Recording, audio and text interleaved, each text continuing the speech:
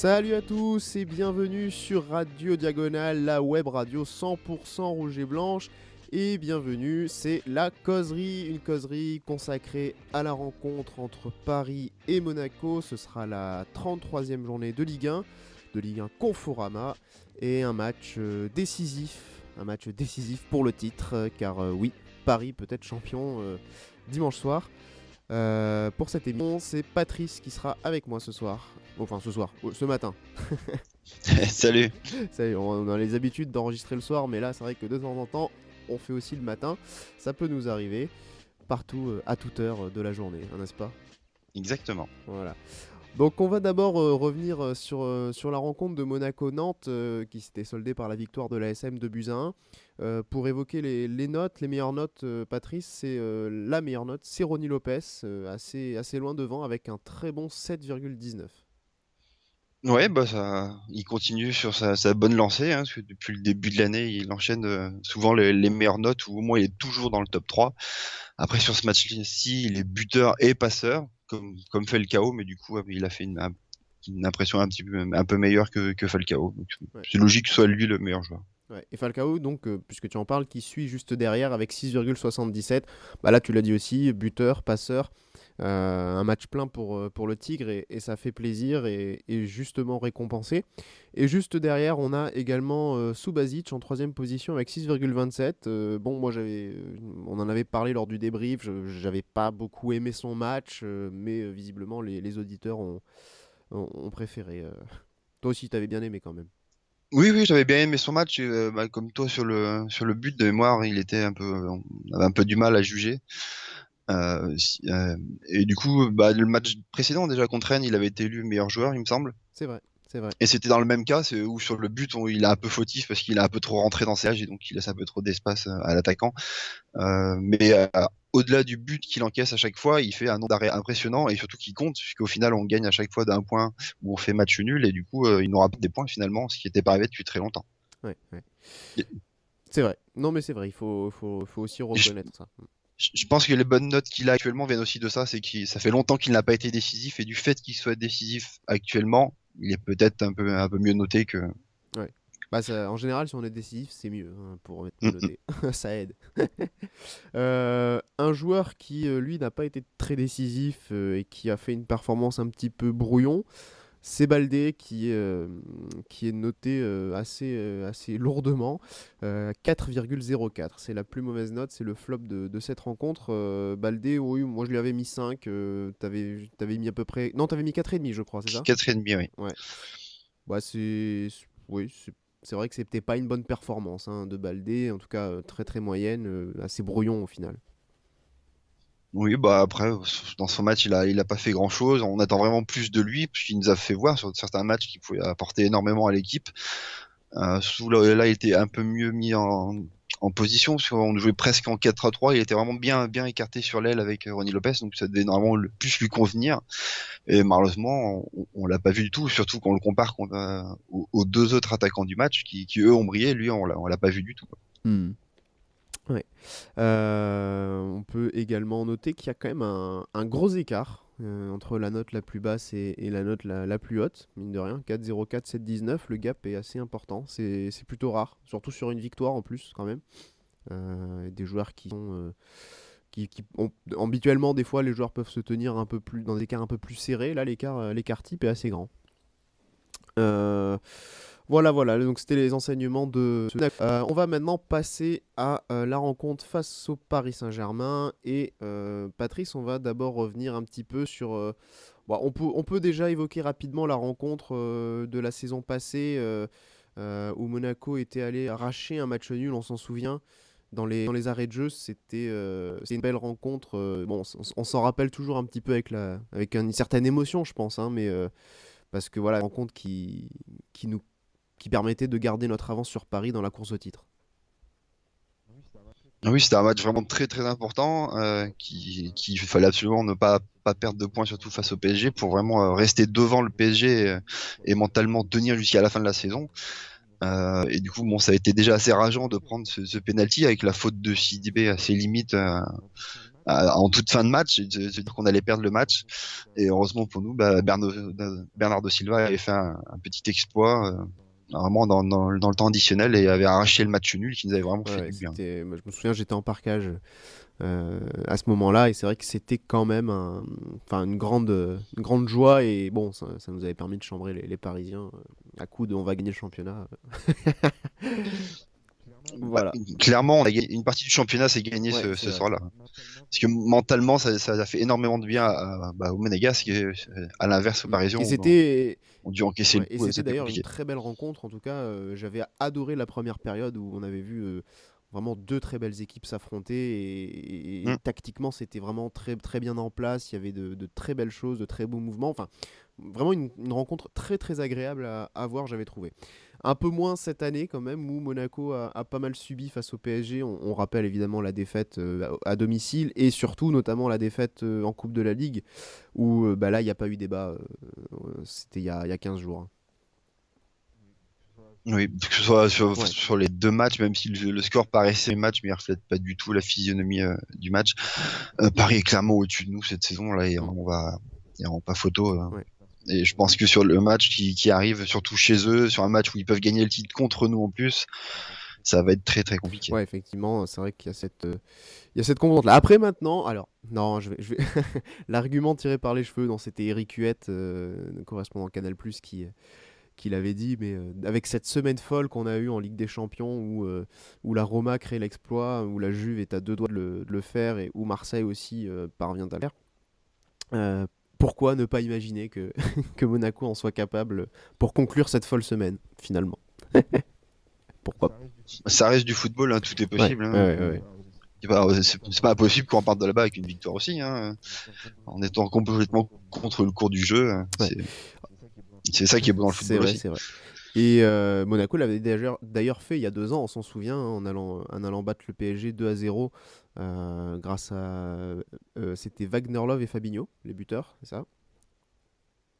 Et Oui, exactement, voilà. avec un penalty Ouais. de Et on avait Fabinho. empêché le PSG de. Alors, le PSG avait été titré la semaine précédente, c'était face à 3, je crois, où il leur avait mis un carton. C'était quoi, 8-0? Non, 9-0, je me souviens plus. 9, c'est 9, il ça, me ouais, semble que 9. c'est, oui. Et ils avaient prévu feu d'artifice, etc. à la fin du match contre Monaco. Et du coup, à cause de la défaite, tout avait été remballé. Et bah, ça faisait plaisir, du coup. Ça faisait plaisir. Donc, si on peut leur gâcher la fête, ne nous privons pas. C'était pas d'ailleurs la première titularisation de Kylian Mbappé, Absolument. Absolument. il me Ouais, semble ouais. bien, oui. Il y avait aussi Eché Gillet qui avait joué ce jour-là. C'est une défense à 5 Oui. inédite. Voilà. Du coup, je fais un point au classement, hein. Paris est donc largement leader, et fonce vers le titre de toute façon, il n'y a pas de suspense, hein. 84 points. Monaco est deuxième avec 70 points. Donc voilà, effectivement, là après, si Paris prend point en plus, bah, là l'écart ne sera plus. Mathématiquement, il sera plus possible de combler cet écart. On va maintenant reparler un petit peu de cette équipe du Paris Saint-Germain. Alors pour cela, on va haïr un invité, c'est Mathieu Martinelli. Donc Mathieu Martinelli, nous on l'avait déjà reçu lors du Club Mounégou, jamais enregistré. Enfin voilà, malheureusement Malheureusement. enregistré partiellement.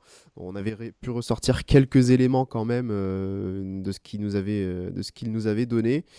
Mais donc là, du coup, on va en profiter cette fois pour l'accueillir avec nous. Mathieu, tu es là? Oui, je suis là, Salut, salut à comment tous. vas-tu? Salut. Ça Bien, va et et vous? toi?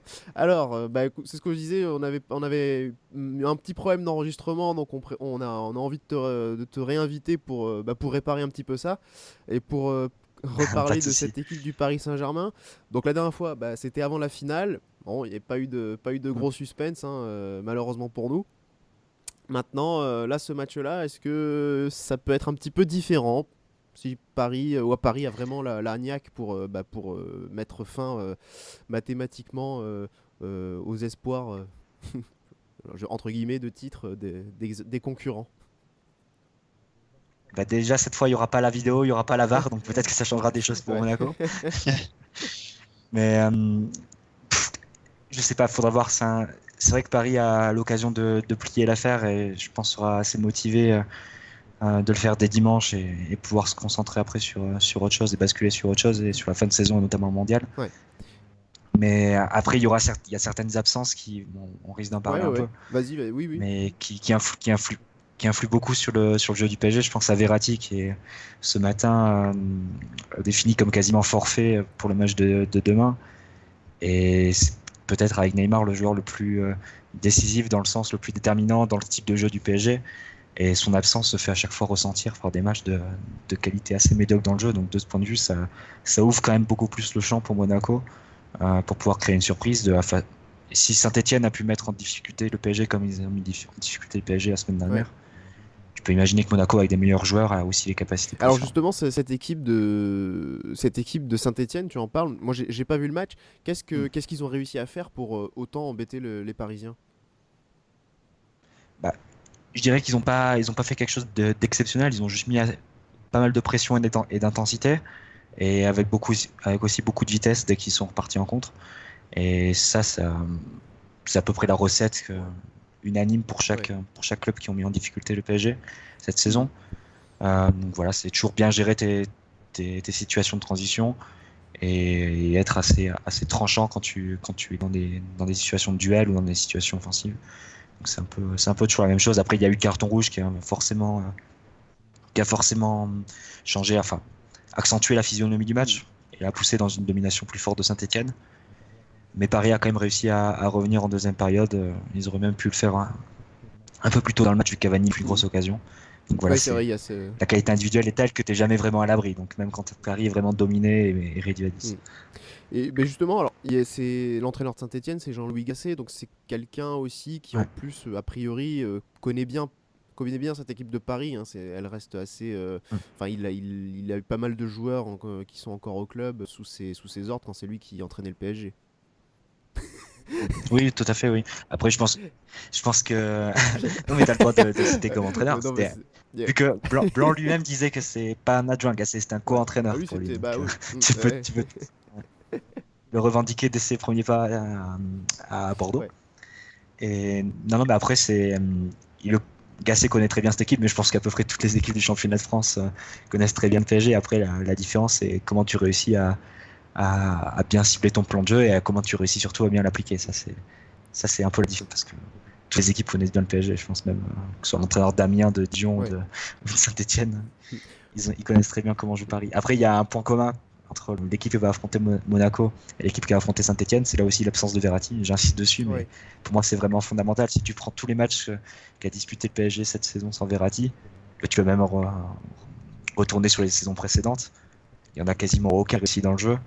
Et à chaque fois, l'adversaire a eu des possibilités pour gagner. On peut citer plein de matchs. On peut citer le match face à Saint-Etienne au Parc en tout début de saison. Ça finit 3, mais le match en lui-même est très médiocre.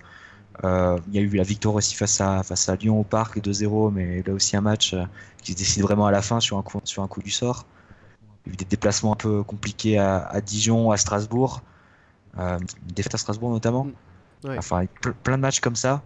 Encore récemment, le match à domicile face à Marseille, qui finit 3-0, mais en fait, les matchs finissent par tomber du côté du PSG au niveau du résultat, mais ça finit un peu sur des coups du sort et l'adversaire peut sortir du match en ayant des regrets, en se disant qu'ils ont mis en difficulté le PSG. Et qu'ils n'ont pas réussi à aller au bout. Et c'est vrai que ils n'ont pas réussi à aller au bout parce qu'à un moment, il y a un manque de qualité individuelle, parce que je pense que c'est ce qui définit beaucoup d'équipes de Ligue 1. Devant, il n'y a pas énormément de talent ou pas suffisamment pour créer des différences face aux défenseurs du PSG. Mais dans le jeu, les équipes avaient plus que rivalisé. C'est ce qu'a encore fait Saint-Etienne la semaine dernière. Emery avait d'ailleurs qualifié après un mi-temps de pire mi-temps de la saison du PSG, et je pense que ça se défend totalement. Mais ouais, à chaque fois, c'est les mêmes symptômes. C'est une possession du PSG qui arrive pas à s'installer dans le camp adverse, à créer des différences, à aller vers l'avant. Faut dire que Verratti, c'est un joueur exceptionnel, mais qu'il n'y a pas de remplaçant dans l'effectif du PSG. Il n'y a aucun profil alors, qui c'est un petit peu aussi. paradoxal, parce que Verratti, c'est vrai que c'est un très bon joueur, mais un joueur quand même assez critiqué aussi, mine de rien, pour le fait qu'il ne progresse pas, ou qu'on n'ait pas vraiment vu de véritable progrès depuis qu'il est arrivé, ou qu'il n'a pas su se hisser au niveau où certains l'attendent lors des grands matchs. C'est un peu le paradoxe Verratti, j'ai l'impression. Je sais pas, je trouve. Enfin, personnellement, ces critiques-là, je les trouve sévères. Déjà, bon, dire qu'il n'a pas progressé, il faut dire qu'il partait d'un niveau assez élevé, même à 19 ans et en sortant de série B, donc c'est un peu à relativiser. Effectivement, oui, si tu attends à ce qu'il soit Modric, c'est il n'est pas encore Modric, et peut-être qu'il le sera jamais, mais bon, Modric c'est un joueur qui est historique, presque légendaire, donc c'est compliqué de placer tes attentes à ce niveau-là. Mais non, mais même si tu peux pinailler en disant qu'il pourrait avoir un apport offensif plus important, marquer plus de buts, etc., etc. La réalité actuelle, c'est qu'il a une emprise sur le jeu parisien qui est inégalée à part avec Neymar. C'est les deux joueurs les plus décisifs, c'est ceux qui définissent le plus le style du PSG. Donc, et quand il est pas là, ça se ressent énormément sur le plan offensif parce que t'as personne pour donner de l'ordre à la possession du PSG. T'as beaucoup plus de mal à sortir le ballon sous pression. T'as beaucoup plus de mal à créer des décalages aussi par les passes dans le camp adverse et à faire progresser la possession du PSG. Et ça se ressent aussi sur le plan défensif parce que si t'attaques mal, avec peu d'ordre et avec des passes qui sont pas bonnes, t'as de bonnes chances aussi de te faire contrer et de défendre mal. Donc toutes les phases sont liées et l'absence de Verratti, elle se fait ressentir de façon très nette à chaque fois. Oui.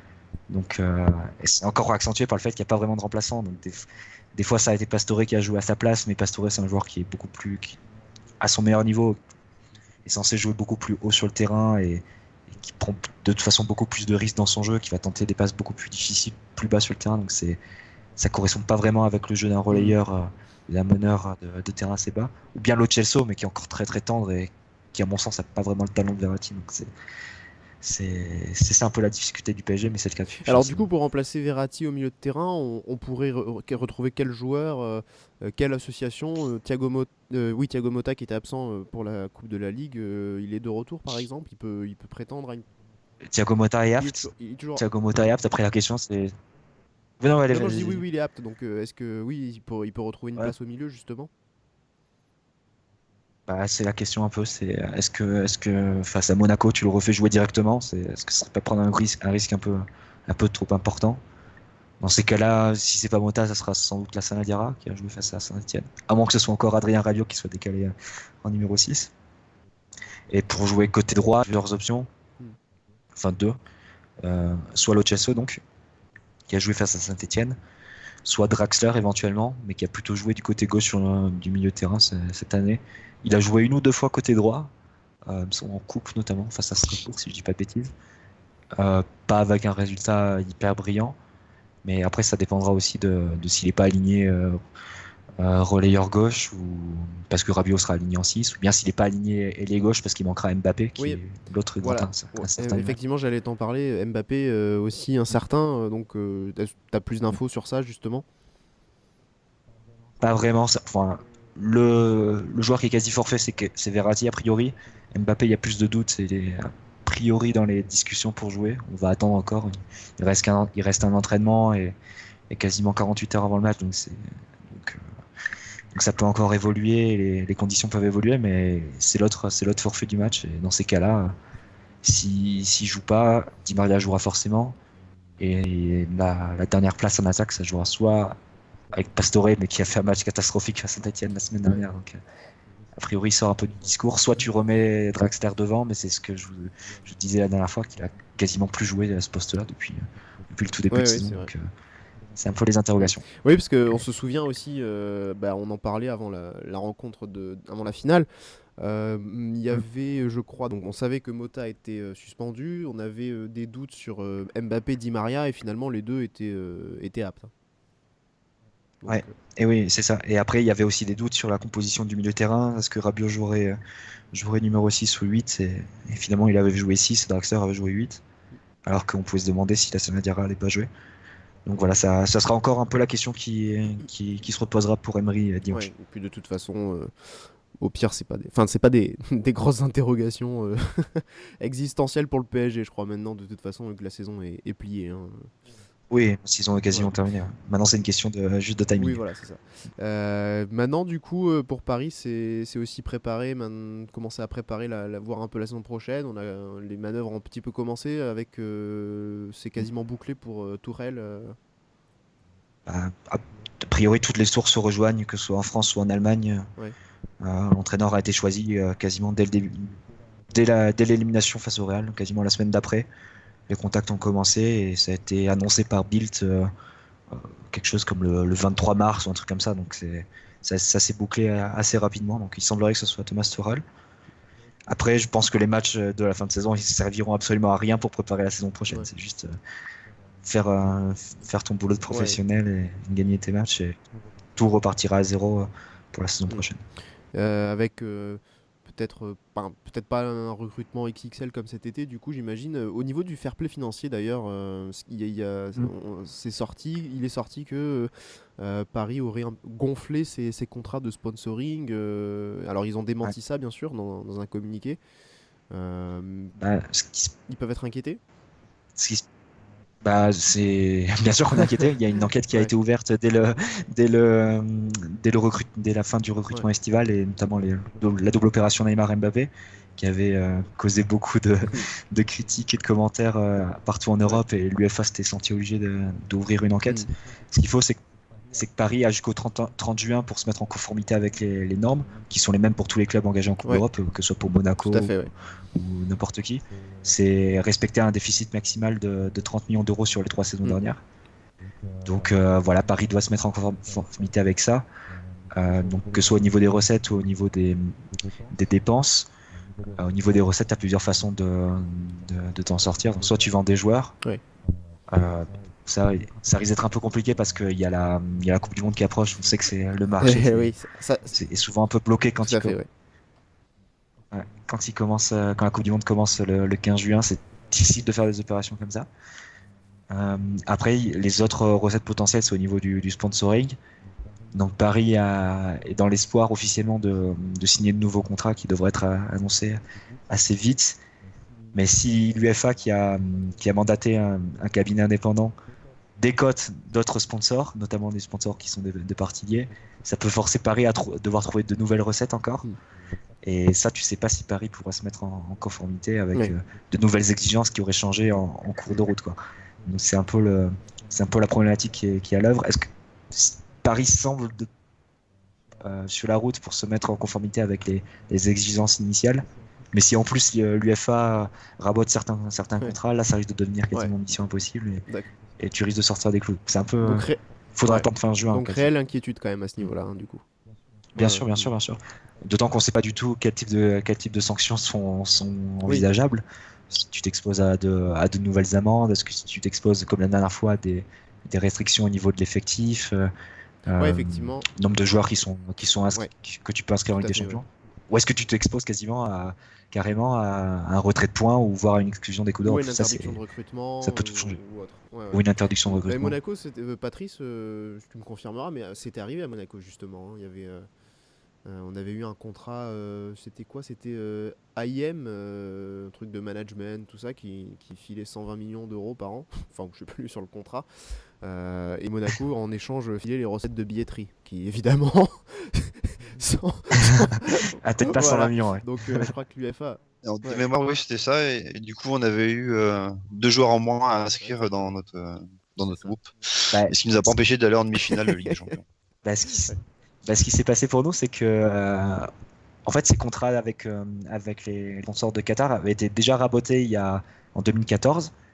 Paris les avait estimés à 200 millions. L'UEFA avait estimé que c'était complètement surgonflé et les avait décotés arbitrairement à 100 millions. Et ce qui avait entraîné un Paris qui sortait des clous et qui avait été sanctionné déjà pour le fair play financier, ce qui avait limité notamment au niveau du recrutement à seulement David Luiz et Serge Aurier à l'époque. Serge Aurier qui avait dû être recruté en prêt et pas en transfert définitif.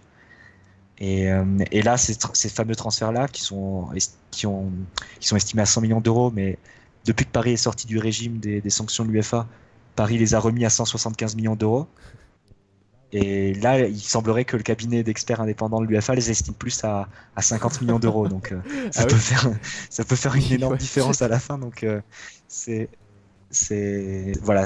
Mais Paris a aussi de son côté engagé un cabinet indépendant d'expertise niveau d'évaluation et des évalue plutôt proches de l'évaluation du PSG. Donc bon, ça dépend toujours de par quelle institution est commandé les rapports, hein. Ils sont souvent orientés comme ça.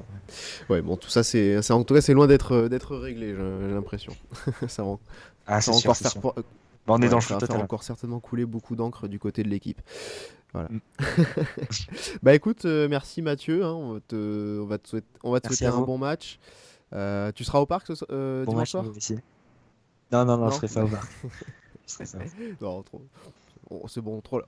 Vous avez passé une bonne soirée à Bordeaux d'ailleurs? Moi j'étais pas personnellement, mais bon, bon, honnêtement, je sais que les supporters sur place ont passé globalement une bonne soirée parce il y avait assez peu d'espoir de gagner. Et c'est vrai que ça a été surtout une occasion pour beaucoup de se retrouver, de boire un coup Mm. ensemble et de faire un peu la fête. Donc je pense que l'état d'esprit était plutôt positif de notre côté. Donc je trouve ça, c'est cool. Voilà. C'est aussi le foot qu'on aime. Bien sûr, Voilà, voilà. totalement. Merci Mathieu, à nouveau. Merci Et à vous. donc C'était un plaisir. bon match à toi et écoute, bon courage. Bon, faites bien le titre, hein, j'imagine. Et puis Évidemment. Bon ouais. match à vous et bonne chance pour la Ouais. deuxième place. Bon. Il va de soi qu'on est plutôt de votre côté pour la lutte pour la Ouais. deuxième place. J'imagine. Voilà. Allez, Ok, bon allez, après-midi à toi. Salut. ça Salut. marche. Merci. Bon week-end. Salut. Ciao.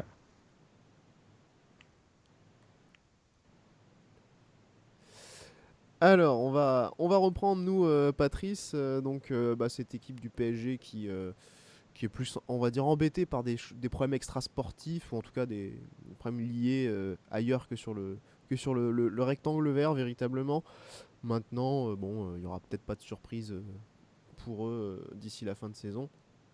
On va passer du coup à l'ASM et le communiqué médical. Donc on a plusieurs inquiétudes, plusieurs absences qui sont déjà confirmées. Bien sûr, c'est celle de Benaglio, Pellegrini et Adama Traoré. Ça, c'est fait un moment. Se sont ajoutées cette semaine à ces absences-là les grosses incertitudes, voire quasi-absence de Glick, Jovetic et Baldé. Glick, c'est un problème, un traitement pour une blessure de la cuisse droite. Jovetic qui doit soigner son mollet gauche. Et Baldé qui est en soins pour une blessure à la cuisse gauche contractée lors du match face à Nantes. Pas que des bonnes nouvelles hein, avec tout ça du coup. Oui, surtout ça va limiter ses choix dans sa composition. Du coup, avec l'absence de Glick, ça empêche quasiment d'avoir une défense à 5. Parce que du coup, ça voudrait dire soit titulariser dans l'axe Touré ou Endoram. C'est quand même un choix assez dur à faire contre le PSG. Bah là, ce sera Radji de toute Euh, façon, je pense. oui, mais Radji sera avec Gemerson. Du coup, il manque un Ouais. troisième joueur à aligner dans ses défenses à 5 dans Ah bah l'axe. oui, Puis là il après, y aura pas. les côtés étant pour Sidibé et Djorgé. Et du coup, il ne reste plus que soit Touré, soit Endoram à Ah bah, aligner pour le troisième défenseur central. là, Donc il y en c'est un aura choix. pas. Très clairement, il y aura pas de défense à Ouais. 5. Et la deuxième absence très pénalisante, c'est celle de Baldé aussi, parce que justement, contre une équipe du PSG qui va avoir la possession, et si Jardim souhaitait faire un bloc, la rapidité sur les contre-attaques de Baldé et de Lopez était très intéressante sur les côtés, et malheureusement, ça enlève cette solution aussi. Ouais, c'est vrai, ce que disait Mathieu Martinelli, là, la recette face au PSG, on la connaît, c'est de mettre de la vitesse, notamment dans les transitions. Et c'est vrai qu'il va manquer peut-être Baldé, et ce côté un peu de percussion et cette capacité à prendre la profondeur risque un peu de nous manquer.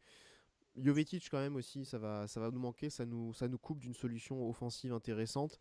Euh, on devrait du coup, je pense, retrouver Lemar en soutien de Falcao, j'imagine. Oui, pour moi, pas forcément en soutien à Falcao, parce que je pense plus qu'on va se retrouver à une tactique qui est très similaire à celle qui a été jouée en Coupe de la Falcao, pour récupérer le ballon très vite dans leur zone et pour être dangereux tout de suite, comme on a fait du coup en Coupe de la Ligue. Donc moi, on va retrouver, à mon avis, le milieu à 3, Fabi, Tielemans, Moutinho, et devant avoir Falcao, Lemar et Lopez. Ouais, pourquoi pas. C'est vrai que c'est une possibilité. J'envisageais pas forcément Tillmans sur ce match-là, surtout vu ses dernières performances. Mais bon, pourquoi pas. Ouais. De toute façon, les options sont dans tous les cas un petit peu limitées. Je propose qu'on en conclue ici. Juste pour vous rappeler que l'arbitre de la rencontre, ce sera Rudy Buquet. Donc, qui nous a déjà arbitré 2 fois cette saison, notamment lors du 6-1 face à l'OM. Ça fait, voilà, vu la saison qu'ils sont en train de faire, ça fait toujours plaisir de le rappeler. Voilà, merci C'était aussi Patrice. notre arbitre. Ouais, Non, tu je disais, disais, c'était pardon. aussi l'arbitre de Monaco-Paris l'année dernière, où on avait gagné Ah oui, 3-1. c'est vrai, ouais, ouais, tu as raison. Donc bah écoute, Optimiste, il faut rappeler que la dernière victoire du PSG au Parc des Princes, c'était en 2007. Donc on est sur une série de 8 matchs, 6 nuls et 2 défaites pour le PSG à domicile contre nous. ouais, bah, On peut espérer espérons peut-être la que... prolonger un petit peu. Espérons. Bah, la rencontre, en tout cas, je vous rappelle, donc c'est ce dimanche soir à 21h. Ce sera bien sûr diffusé sur Canal+. Sinon, pour ceux qui seront au stade, eh bien, au plaisir de vous y voir, de vous y rencontrer, de vous rencontrer, tout simplement, sans Y. On fera peut-être certainement depuis Twitter un petit périscope d'avant-match, un petit quelque chose, voilà. Si jamais certains supporters veulent se joindre à nous. Et donc le débrief ensuite, que vous pourrez le retrouver également sur Periscope normalement avec Boris et Adrien et moi-même. Merci Patrice, merci à tous, merci de de nous avoir écoutés et bon match et surtout n'oubliez pas, Dagemunego. Et bisous.